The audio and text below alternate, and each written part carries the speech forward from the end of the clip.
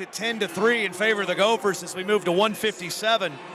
And Alex Dieringer, 24-2, the redshirt freshman out of Port Washington, Wisconsin, will take on the local boy, Danny Silverberg, out of Wayzata, Minnesota. Silverberg, great win yesterday, knocking off nationally ranked Jesse Dong. Yeah, he looked pretty good against Derek St. John as well. You know, that match was going away, and then last couple minutes of the match, Silverberg kind of looked like it was going to be a major decision for St. John, and all of a sudden Silverberg gets his takedown or reversal off a scramble and finishes the period strong and kind of got the crowd back into it. Kept the momentum of the meet going for the Gophers, even though it was a losing effort. Last time these two met in the dual meet, Dieringer picked up a victory in sudden victory. It was 4-2. And of course, at this point, the last time they met in the dual meet, Oklahoma State led 12-6. Now it's 10-3 the other way. Yeah, Oklahoma State really had to pick up a win in those first three matches, and you know, I really think that in a lot of people's mind, they thought Oliver might be able to give them some bonus points, but Dylan Ness gained some confidence in that match and gained some respect from Jordan Oliver, that's for sure.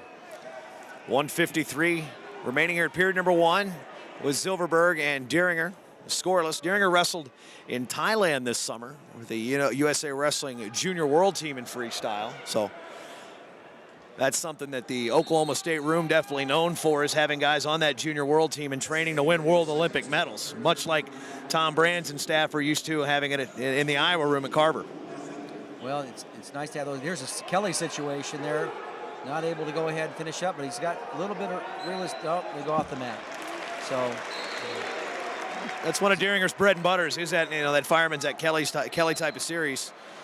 Takes a lot of people to their back and looks for the fall early with that. A guy as seasoned as Silverberg, even though he doesn't have the big time credentials or national level success, he's aware of that. Well, he's in a good room to do that because Kenny Monday was one of the best at it, and Oklahoma State assistant coach, Olympic champion, and that explosive Kelly series there. Come to the head, got an opportunity to score. Nice job of squaring up. But Dieringer comes right back to that near arm far leg, slips back to the underhook. And looks like the hips are back a little bit too far to execute any type of throw maneuver, but Dieringer chases to the edge, 39 to go, still scoreless, still on our feet. Well, so far on the feet, 0-0 score, but Dieringer has been the more aggressive wrestler. And there's the first decent attempt. Now whip over. And that's where Dieringer is deadly. Yep. And he's going to trap that arm and try to pull it back over. Yeah.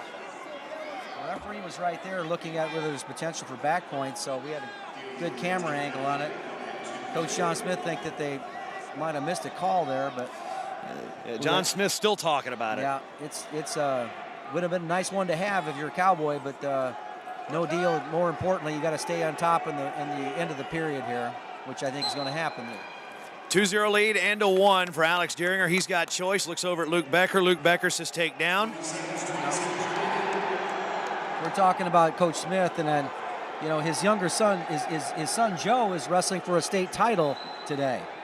So a second state title back in Oklahoma. So, here coaching the Cowboys in the national duels, and his son's making a great effort to win his second state title, Stillwater.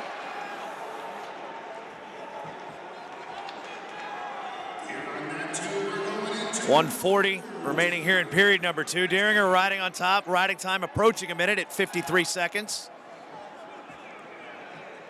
Yeah, and I think that you want Cowboys, you want Dieringer to stay in that top position, make it difficult. Silverberg's tough in the top position himself, so getting that minute of ride is pretty important to be able to preserve it, particularly if these two wrestlers go neutral the rest of the period.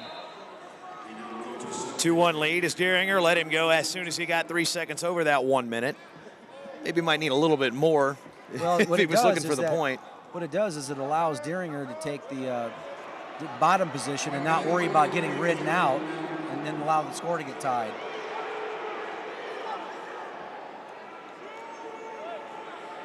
50 seconds remaining. A 2-1 lead for Dieringer.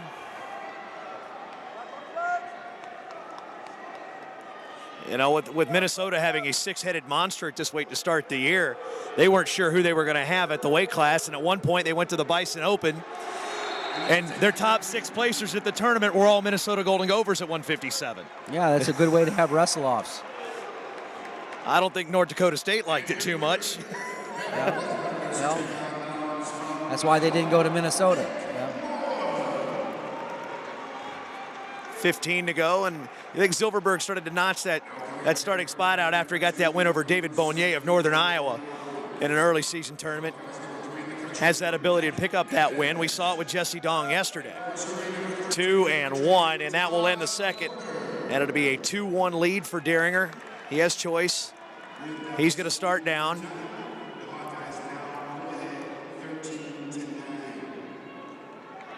Again, that riding time that Dieringer was able to get, 1:03, takes the ride out to tie the matchup out of Silverberg's playbook. So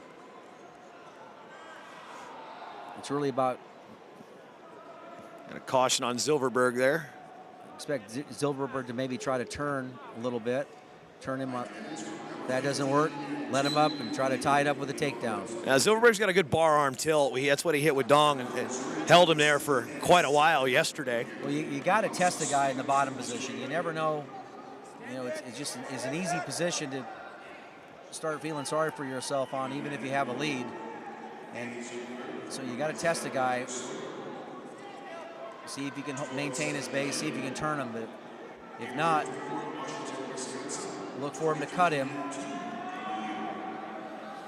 1:30 remaining. Dieringer with a 2-1 lead. And Silverberg trying all sorts of things. Yeah, mainly just cross-body ride. That's a pretty easy ride to stop. You don't want to bring your elbow too far away. The referee's going to call a stalemate. So.